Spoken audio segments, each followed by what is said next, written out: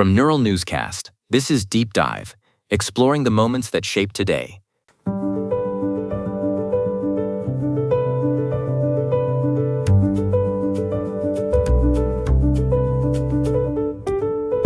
Welcome to Deep Dive from the Neural Newscast. I am Elise Moreau. And I'm Michael Turner. Today is May 16th, a date that marks a fascinating intersection between the spectacle of Hollywood and the precision of modern science. It really is a day of major milestones, Michael. If we look back nearly a century, we find ourselves at a moment where the most prestigious award in cinema didn't even have a nickname yet. We are going back to May 16th, 1929. The Hollywood Roosevelt Hotel hosted a private dinner that would fundamentally change the film industry. This was the very first Academy Award ceremony. The atmosphere of that era is so distinct, but the ceremony itself would be unrecognizable to modern audiences. It lasted only 15 minutes. Just 15 minutes, and a ticket cost $5. In today's money, that is about $94. It was a bargain to witness history, even if there wasn't any suspense, because the winners had been announced 3 months in advance. It was less about the competition and more about establishing the industry's craftsmanship. Louis B. Mayer of MGM wanted to bring the actors, directors, and writers together under one banner. He was very open about his motive, once suggesting that giving artists awards would motivate them to produce exactly what he wanted. It was a very calculated push for quality. And the films they chose set the standard. The silent epic Wings took the top prize, while Sunrise, A Song of Two Humans, was honored for its unique artistic production. This was actually the only year the Oscars weren't broadcast on radio or television. It was an intimate gathering centered on the silent era, just as it began the transition into the talkies. We saw legends like Emil Jannings and Janet Gaynor take home those first statuettes. One interesting detail is that back then, an actor could win for multiple roles in a single year. Janet Gaynor won for 3 different films. It was a different era with a completely different set of rules. Continuing that theme of Hollywood excellence, our birthdays today feature 3 figures who have defined their respective eras, beginning with a man who redefined the classic leading man for the 90s. That would be Pierce Brosnan, born on this day in 1953. For an entire generation, he is the definitive James Bond. He brought a specific kind of poise and steady composure to 007 across 4 films, starting with GoldenEye. He has such a refined presence on screen.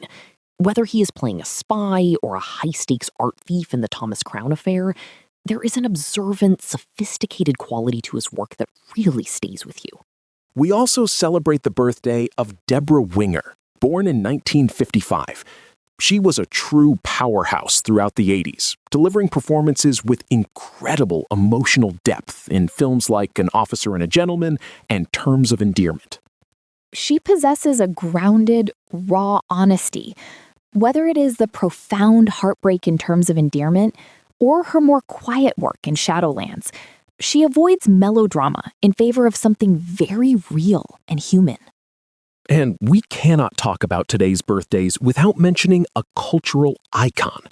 Janet Jackson was born on May 16, 1966. She didn't just sing pop songs.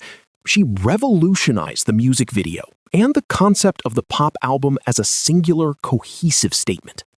Her impact is massive. When you look at the visual language of albums like Control or Rhythm Nation 1814, she was using her platform to explore social issues and personal autonomy. The choreography and high-concept art she brought to the screen changed the industry. It is a significant list of birthdays, to be sure. But as we move from the stars of the screen to the mechanics of our universe, today also marks a global scientific milestone recognized by UNESCO. Exactly, Michael. May 16th is the International Day of Light. While it sounds poetic, it is actually rooted in the technology that allows us to perceive and understand our world. It commemorates the anniversary of the first successful laser operation.